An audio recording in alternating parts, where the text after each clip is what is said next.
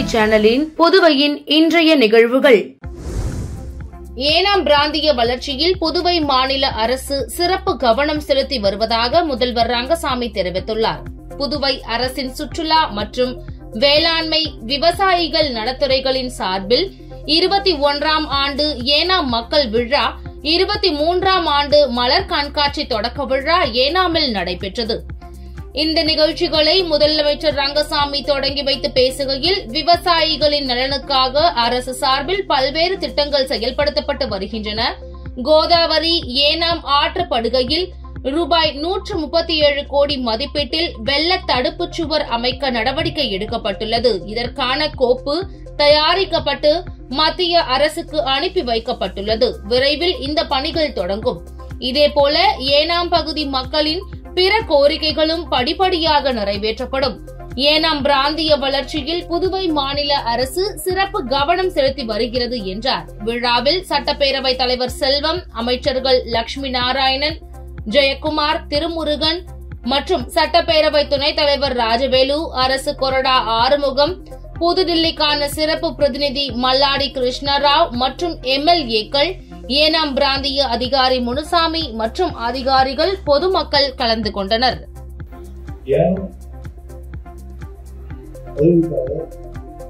எல்லா அலுவலகத்திற்கு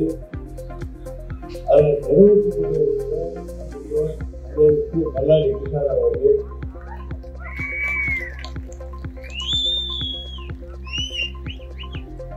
வாழ்க்கையை சட்டப்பேரவை இங்கே இந்த வேலையில் கலந்து சேர்த்துக் கொண்டிருக்கிற அன்புக்கு மரியாதைக்குரிய மாண்புமிகு அமைச்சர்கள் மக்களே, மாண்புமிகு துணை சபாநாயகர் அவர்கள் மற்றும் எனது அன்புக்குரிய சட்டமன்ற உறுப்பினர்கள்,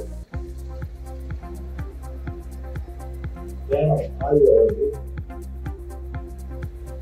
அன்புக்குரிய பெரியவர்கள், தலைவர்கள், சகோதரர்கள், எனது நண்பர்கள், உங்கள் அனைவருக்கும் நன்றி வந்த வணக்கத்தை தெரிவித்து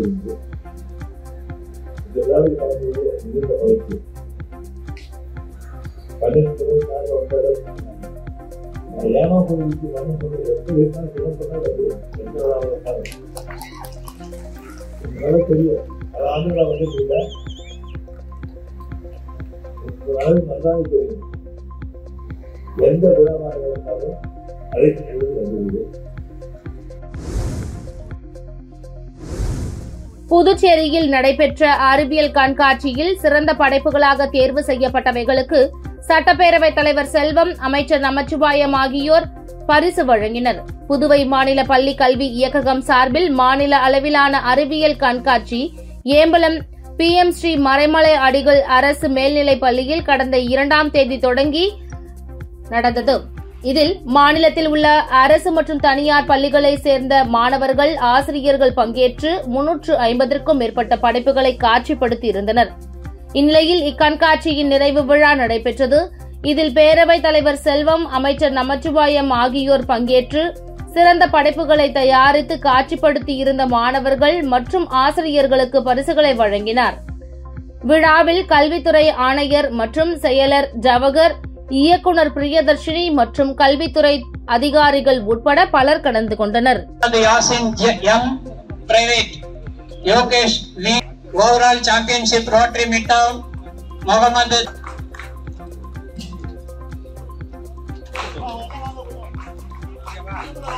கொஞ்சம்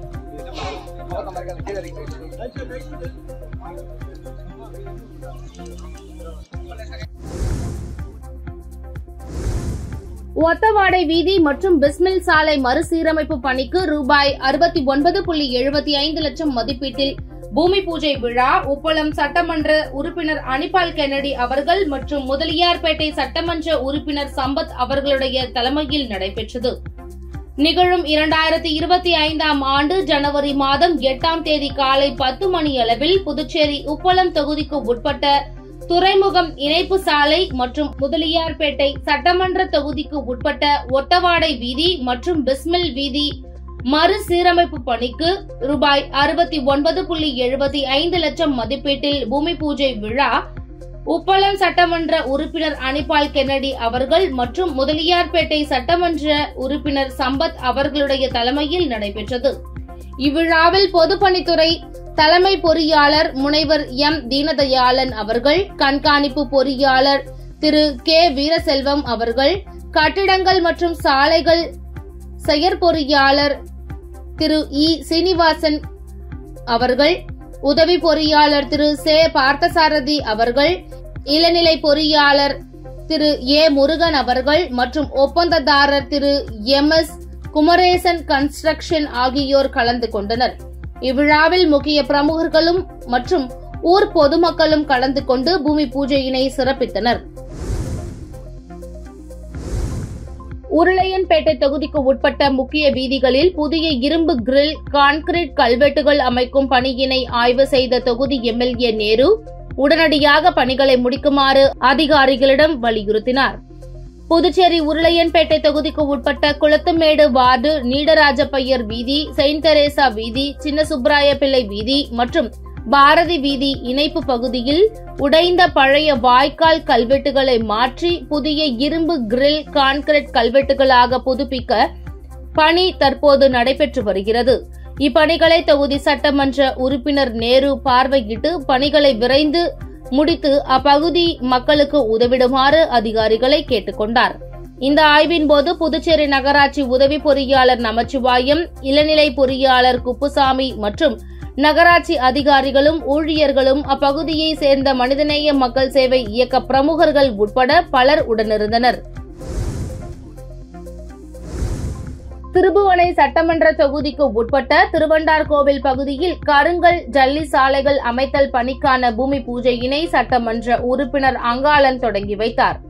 புதுச்சேரி மாநிலம் திருபுவனை சட்டமன்ற உறுப்பினர் தொகுதி மேம்பாட்டு நிதியின் கீழ் ரூபாய் 33 லட்சம் செலவில் மேற்கொள்ளப்படும் திருவண்டார்கோவில் கிராமத்தில் உள்ள ஜெயராம் நகர் விரிவு, புதிய மேல்நிலை தொட்டி அருகில் உள்ள லே அவுட் சாலை மற்றும் முருகன் கோவில் லே அவுட் தெரு ஆகியவற்றின் உட்புற தெருக்களுக்கு கருங்கல் ஜல்லி சாலைகள் அமைத்தல் பணிக்கான பூமி பூஜை விழா நடைபெற்றது. இதில் திருபுவனை தொகுதி சட்டமன்ற உறுப்பினர் அங்காளன் கலந்து கொண்டு விழாவிற்கு தலைமை தாங்கி பூமி பூஜை செய்து பணியினை தொடங்கி வைத்தார்.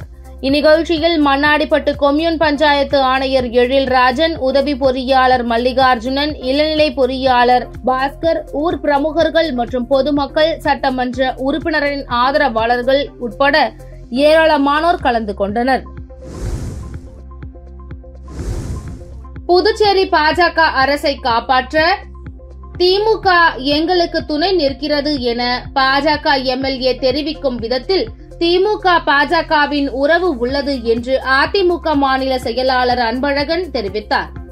சென்னை அண்ணா பல்கலைக்கழக மாணவி வன்கொடுமை சம்பவத்தில் பிரச்சனையை திசை திருப்பும் தமிழக திமுக அரசை கண்டித்து புதுச்சேரி மாநில அதிமுக சார்பில் கண்டன ஆர்ப்பாட்டம் இன்று அண்ணா சிலை அருகில் நடந்தது.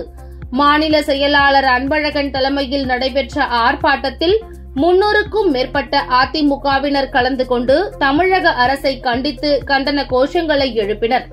அதனைத் தொடர்ந்து நிருபர்களிடம் பேசிய அன்பழகன், சட்டப்பேரவை தொடர் நடைபெறும் சமயத்தில் அண்ணா பல்கலைக்கழக மாணவி பிரச்சினையை திசை திருப்பும் நோக்கத்தில் தமிழக ஆளுநரை பயன்படுத்தி ஒரு பிரச்சினைக்காக தமிழகம் முழுவதும் திமுகவினர் போராட்டம் நடத்தியுள்ளனர். புதுச்சேரி பாஜக அரசை காப்பாற்ற திமுக எங்களுக்கு துணை நிற்கிறது என பாஜக எம்எல்ஏ தெரிவிக்கும் விதத்தில் திமுக பாஜகவின் உறவு உள்ளது, ஆனால் இவையெல்லாம் மூடி மறைத்துவிட்டு அதிமுக பாஜகவுக்கு ஆதரவாக உள்ளதாக மக்களை ஏமாற்றும் விதத்தில் திமுக பேசுவது கண்டிக்கத்தக்கதாகும். தமிழகத்தில் காவல்துறை மூலம் அறிவிக்கப்படாத அவசர கால நிலைமையை திமுக கட்டவிழ்த்துள்ளது என்று குற்றம் சாட்டியுள்ளார். புதுச்சேரி முன்னாள் முதலமைச்சர் ஆர்.வி. ஜானகிராமனின் பிறந்த நாளை ஒட்டி அலங்கரிக்கப்பட்ட அவரது திருவுருவப் படத்திற்கு திமுக தலைமை பொதுக்குழு உறுப்பினர் கார்த்திகேயன் தலைமையில் திமுகவினர் மலர் தூவி மரியாதை செலுத்தினர். புதுச்சேரி நெல்லித்தோப்பு திமுக சார்பில் முன்னாள் முதலமைச்சர் ஆர்.வி. ஜானகிராமனின் 85வது பிறந்தநாள் விழா தொகுதி முழுவதும் பல்வேறு இடங்களில் விமர்சையாக கொண்டாடப்பட்டது. அந்த வகையில் சாரம் மார்க்கெட் அருகே நடைபெற்ற விழாவில் திமுக தலைமை பொதுக்குழு உறுப்பினர் கார்த்திகேயன் தலைமையில் திமுகவினர் அலங்கரித்து வைக்கப்பட்ட ஜானகிராமனின் திருவுருவ படத்திற்கு மலர் தூவி மரியாதை செலுத்தினர். அதனைத் தொடர்ந்து ஏழை எளிய மக்களுக்கு அன்னதானம் உட்பட நலத்திட்ட உதவிகள் வழங்கப்பட்டது. இந்நிகழ்ச்சியில் தொகுதி செயலாளர் நடராஜன், பொதுக்குழு உறுப்பினர் வேலவன், தொகுதி அவைத் தலைவர் பானு கணேசன், துணை செயலாளர் சங்கீதா, மாநில ஐடி விங் அருண், கலை இலக்கிய பகுத்தறிவு பேரவை துணை அமைப்பாளர் ரமேஷ், மாநில பிரதிநிதி முருகன், இளைஞர் அணி துணை அமைப்பாளர் கிருபா சங்கர், மாணவர் அணி துணை அமைப்பாளர் கண்ணன் உட்பட திமுகவினர் திரளாக கலந்து கொண்டனர். புதுச்சேரியில் கும்பல் ஒன்று இளைஞரை அரிவாளால் வெட்டிய போது அதனை தடுக்க முயன்ற காவலரையும் தாக்க முயன்ற சம்பவம் பரபரப்பை ஏற்படுத்தியுள்ளது. புதுச்சேரி மேரி உழவர்கரை பகுதியை சேர்ந்தவர் ரூபன். இவர்களது நண்பர்கள் தினகரன் மற்றும் பிரபு. இவர்களுக்கும் அதே பகுதியை சேர்ந்த சஞ்சய் மற்றும் பாலா ஆகியோருக்கும் முன்விரோதம் இருந்ததாக கூறப்படுகிறது. இந்நிலையில் நேற்று ரூபன், தினகரன், பிரபு ஆகியோர் கதிர்காமம் பாரதி நகரில் உள்ள தெருவில் பேசிக் கொண்டிருந்த போது திடீரென 7 பேர் கொண்ட கும்பல் கத்தி உள்ளிட்ட பயங்கர ஆயுதங்களால் 3 பேரையும் சுற்றி வளைத்து கொலைவெறி தாக்குதல் நடத்தினர். இதில் ரூபன், தினகரனுக்கு தலை, உடலில் வெட்டு விழுந்தது. பிரபு அங்கிருந்து தப்பி ஓடிவிட்டார். அப்போது அந்த வழியாக பணி முடித்து வந்த காவலர் மனோஜ் அந்த கும்பலிடமிருந்து ரூபன், தினகரனை காப்பாற்ற முயன்றார். ஆனால் அந்த கும்பல் காவலரையும் தாக்க முயன்றது. இதனை அடுத்து அப்பகுதி மக்கள் ஒன்று கூடியதால் அந்த கும்பல் அங்கிருந்து தப்பி ஓடியது. இதில் படுகாயமடைந்த இருவரும் அரசு மருத்துவமனையில் அனுமதிக்கப்பட்டனர். இது தொடர்பாக கோரிமேடு போலீசார் வழக்கு பதிவு செய்து சஞ்சய், பாலா, அஸ்வின், தனுஷ், பிரசன்னா ஆகிய 5 பேரை கைது செய்தனர். மேலும் தலைமறைவாக உள்ள 2 பேரையும் தேடி வருகின்றனர். புதுச்சேரி நகர பகுதியில் மட்டுமன்றி கிராமப்புறங்களிலும் சமீப காலமாக இருசக்கர வாகனங்கள் அடிக்கடி திருட்டு போனது. இது தொடர்பாக முதுநிலை காவல் கண்காணிப்பாளர் கலைவாணனுக்கு புகார் வந்தது. புகார்களை அடுத்து வாகன சோதனையை தீவிரப்படுத்த போலீசாருக்கு அவர் உத்தரவிட்டார். அதன் பேரில் எஸ்பி வம்சிதர் ரெட்டி மேற்பார்வையில் நெட்டப்பாக்கம் வட்டார இன்ஸ்பெக்டர் கீர்த்திவர்மன், எஸ்ஐ வீரபத்திரன் தலைமையிலான போலீசார் நேற்று தீவிர வாகன சோதனையில் ஈடுபட்டனர். அப்போது திருவண்டார் கோவில் பஸ் நிறுத்தம் அருகே தீவிர வாகன சோதனையில் ஈடுபட்டுக் கொண்டிருந்தனர். அவ்வழியாக பைக்கில் வேகமாக வந்த வாலிபரை மடக்கி விசாரித்தனர். விசாரணையில் அவர் முன்னுக்கு பின் முரணாக பதிலளிக்கவே சந்தேகமடைந்த போலீசார் வண்டிக்குரிய ஆவணங்களை கேட்டனர். அதற்கு வாகனத்திற்கு உண்டான ஆவணங்கள் அவரிடம் இல்லை. அப்போது அவர் ஓட்டி வந்தது திருட்டு மோட்டார் சைக்கிள் என்பது தெரிய வந்தது. இதனையடுத்து அவரை காவல் நிலையம் அழைத்து சென்று அதிரடியாக விசாரித்தனர். விசாரணையில் கோட்டக்குப்பம் அன்சாரி மகன் சலீம் என்பது தெரிய வந்தது. மேலும் விசாரணையில் திருபுவனையில் 3 பைக், வளவனூரில் 2 பைக், முதலியார்பேட்டையில் 1 பைக்குகளை திருடி கோட்டக்குப்பம் ஜாகிர் ஹுசேன் மகன் கமாலுதீன், முகமது அனிஃபா மகன் ஷேக் மோதீன் ஆகியோரிடம் விற்பனை செய்தது தெரிய வந்தது. இதனையடுத்து அவர்கள் மீது வழக்கு பதிந்து கைது செய்த போலீசார் ஓட்டி வந்த பைக் மட்டுமன்றி விற்பனை செய்த மேலும் 5 வண்டிகளையும் கைப்பற்றினர். பின்னர் அவர்களை மாஜிஸ்ட்ரேட் முன்பு ஆஜர்படுத்தி காலாப்பட்டு சிறையில் அடைத்தனர். இந்த மோட்டார் சைக்கிள் திருட்டு குறித்து மேலும் விசாரணை நடத்தி வருகின்றனர்.